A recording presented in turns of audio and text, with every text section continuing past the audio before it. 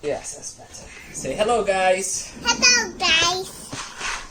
So we're making a video about millipedes. ¿Verdad, Logie? So we're making videos about the millipedes. This is a Florida ivory millipede. And Picobluris, how do I say? Spinigrillis? Spinigris? and the millipedes. Yep. And then this next one is We're going to change the substrate to replenish it. We'll keep a lot of this top layer, but the dirt on the bottom, you can see all these little circles here. Those are all droppings, casings. Can you see all those spears and things like that? All these. Yeah, look at it. Oh, you? Okay. Oh, the millipede's escaping. So, as you can see, millipedes can climb plastic if they have enough leverage on their back there. They don't get really good grip on it, but you know, they could figure out a way to leverage themselves out. So, let's see. See, so now it hooked itself over the corner, and we'll see what it does. But yeah, this is my biggest one. I'm not good at sexing them. I think this is a female. But yeah, I'm not really good at sexing these. The ways you could tell is here on the top quarter of them, there's a section where they have their reproductive organs and their legs look different and there's a gap. Over here, we have my smallest one. There, I originally had about 6 of them, but I don't know if my substrate was lacking. I've changed it a couple times, but now we only have these 2 that I see. I also have these little bugs in here. I'm not sure if they're mites or springtails, but they're usually not on the millipede itself. They're just in the substrate. The substrate smells fine. Smells woodsy. Doesn't smell bad. Right, Logie? yes. It doesn't smell bad. These are dried up Hi, guys. cantaloupes. I gotta take out of here. They ate a lot of it. See on the sides there? For them, that's a lot, I guess. I put too much here, but this is a bird of paradise stem that I chopped up. You know, from plants that I have that leaves are drying up and turning, you know, brown. So I asked Aquarium Max if he's a YouTuber, and he keeps a lot of these very well. I asked him how often to change the substrate. He said 3 to 6 months, and I've had these about over 6 months easily. So it's overdue for that. So that's what I'm going to do today. Okay. Alright, now here is our smaller millipede. I think this is the male, because if you see on the top there's a wider band. I think that's indicative of a male. I'm not 100% sure. And this one is a female. She doesn't have that thick band on the top. Alright, so the first thing we're going to do is secure our millipedes. I'm going to take the smallest one. I'll put it right here. I think that's the male. You can see that wide band right up here. And if you look under it, which I'm not going to try to do right now, but if you look under it, should be like a difference in their legs. But like I said, I'm not, you know, professional at this. This is the female, I think. She's a lot bigger. I think we've had her longer. So, altogether, we've had these from probably, I would say, 8 months. can't really know for sure. So I'm gonna secure them. Has little air holes there. Make sure that way we don't lose them. And now we're going to take off the top layer here. I'm gonna reuse a lot of this. Since it's decomposing, that's what they eat. My main reason for changing this is because I should have changed it a long time ago, and because a lot of the substrate is no longer good. These chunks here, the cantaloupe dried up, I'm going to toss those. I'm going to keep a lot of this stuff here. You know, I don't know if those these little bugs here are springtails. They look like springtails to me. Let's see if I can focus. You can see a little white dot there. Right there. I can't focus on it. There you go. You see it moving around? It's like long.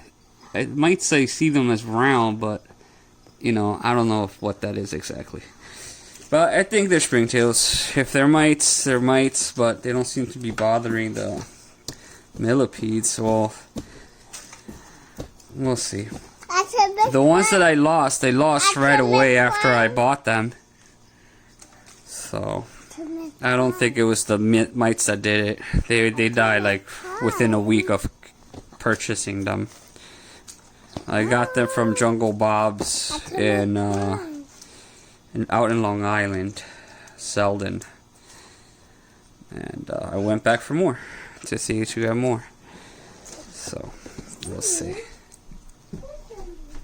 So I'm just taking out all these nice pieces here.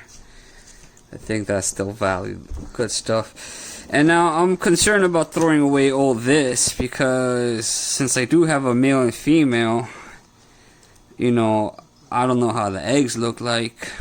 I'm pretty sure they're going to be small. And I don't know how long they take to hatch. I don't know. You know, I should do more research about that. But I don't want to throw away this substrate. I'm just going to keep it in another container for a while and see if anything pops up. You know, it's kind of, you see all these little springtails. My hands aren't itching, or my arms are not itching, so that's why I don't think they're mites.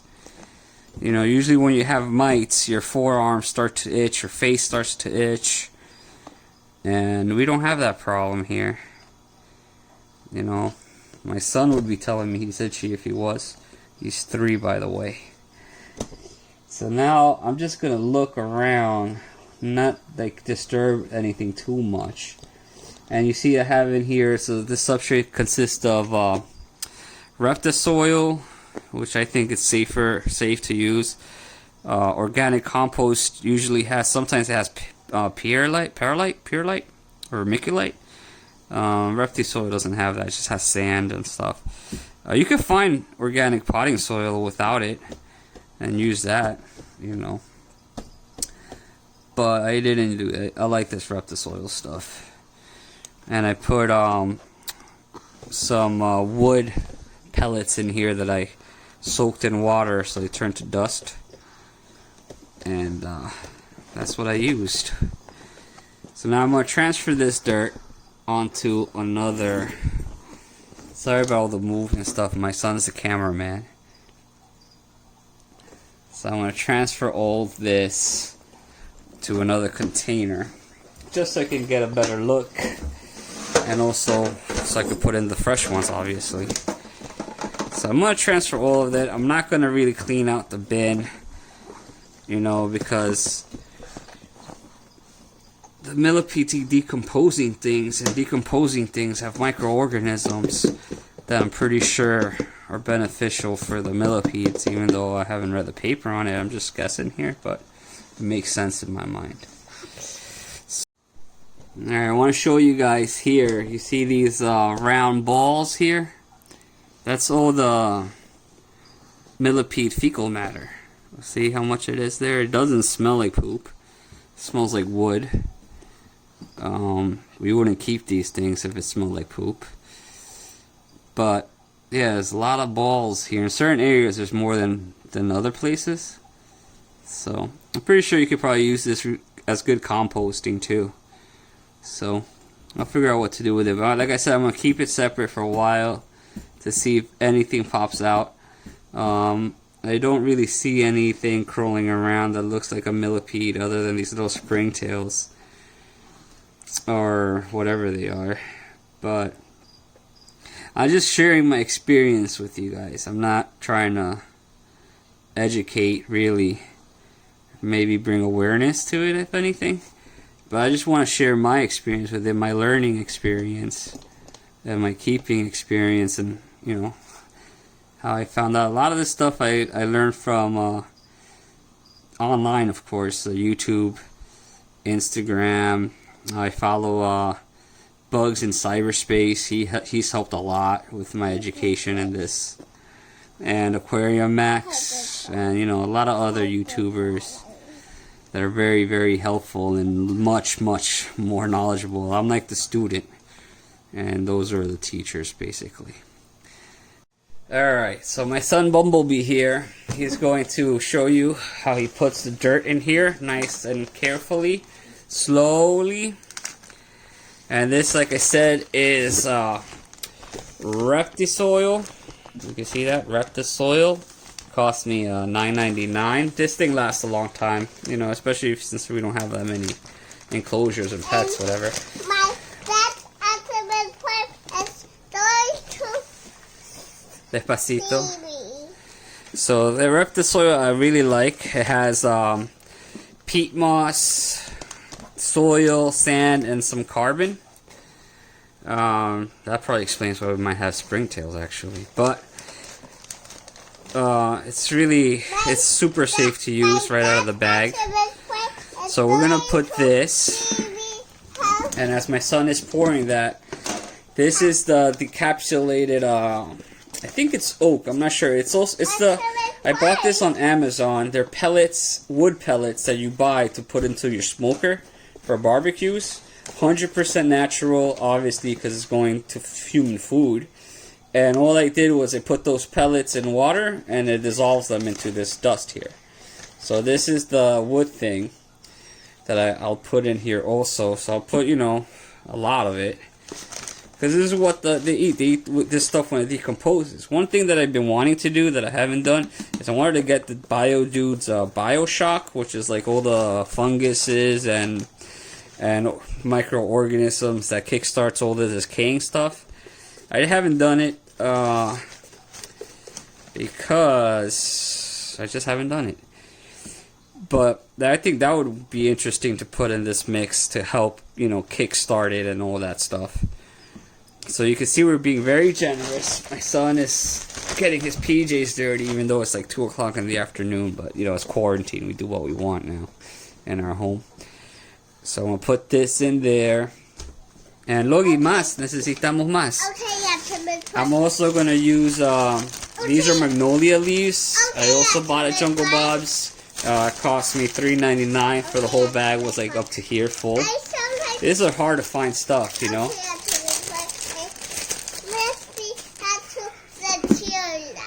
Okay, you sit there, but put more dirt. Ponlo despacito, Logi. No muy rápido. And, you know, this is what's really great about keeping these pets, is you get your kids involved. That's like the whole point of me keeping these things. No, así no, despacito.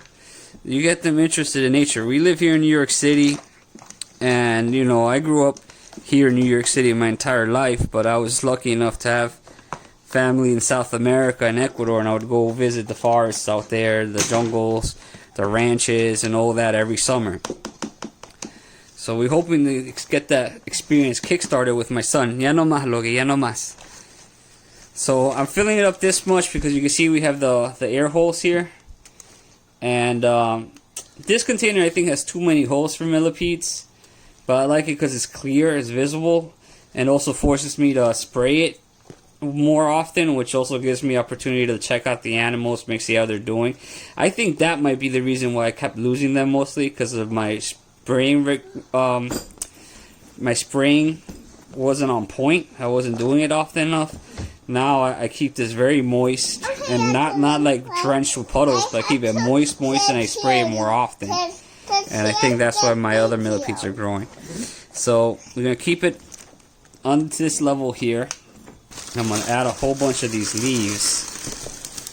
Alright. Alright, my cameraman's back on. I'm going to crush these leaves up and mix it into this soil here. But like I was saying, like, this is excellent education for your children, you know. You get them involved. They lose their fear of the unknown. They question things. You let them help. You let them make a mess, even though sometimes it's hard for us. But you let them make a mess. You let them experience, get their hands dirty. And it shows them compassion, too, because they know they have to take care of these living things. So, all in all, I think this is the best way to build your kid's character. You have this here. And, you know, it's awesome that there's this great information, great community online that help you learn all this stuff. My wife doesn't like worms, but she accepts these guys here because my son learns from it. And they're not worms. I thought they were insects, but she corrected me about that. There's some sort of other scientific creature, which you can find online by following, you know, Bugs in Cyberspace or Aquarium Max. But I'm just sharing my experience. So spread the love and go support somebody else to learn scientific stuff. So I put all the old stuff back on here. Unfortunately, I didn't find any babies. I didn't find any eggs. I really didn't know what I was looking for. But I think this is good. So now I'm just going to wet this. Right, Logie? We're going to wet this up here. That's why it's Wet it. Let's see here. I'm using my mister. Oh, I just misted us. Sorry, Logie. I want to use my Exoterra mister here. This thing is the best purchase ever. It's very durable. It's just awesome. Awesome. You know. So I'm going to make sure it's super damp here. Like I said, I don't want puddles, but I want it to be humid. I believe this is good enough here. Let's see. So alright, so now the top is very humid, very moist. You can see glistening there.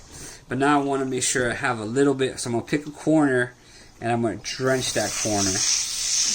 Alright, so then the water gets to the bottom and one side ends up being wetter than the other side. So I'm just going to drench it. Drench. So now they have like a rate gradient of how much moisture they want. They can go to one side if they want more. They go to the other side if they want to be a little drier. You know, it's like keeping reptiles. You know, you give them that temperature gradient. Here we're giving them a humidity gradient. So, ideally, once this quarantine's over, I've found these awesome acrylic, like trophy boxes. They're awesome, great quality acrylic, thick acrylic, and it's easy to drill holes through them. And the visibility is amazing for displaying. So eventually I'm going to get them that and a little bigger. I can't get bigger than this because, you know, we're in New York City, we live in an apartment, we have limited space, so we make do with what we have, and this isn't bad for them. So, and I have to be little because we live at New York City. Yeah, so as long as my son is little, we can stay in the apartment. But once he starts getting big, he's moving to the garage. Just kidding. Maybe. Alright. Now we're going to release the Millipedes. See? Look how pretty these things are. They're beautiful. They're so shiny without having to wash them. Their faces are adorable. I was going to say a bumblebee. There you can see the thickness of this one's, I know you're Bumblebee. This is the thickness here. You see that one stripe there's wider, and over here they're more like uniform. I'm pretty sure that's how you tell the difference. And if you take it on the bottom, oh man, that's gonna be so hard to see. We can't show that, but online you can see it.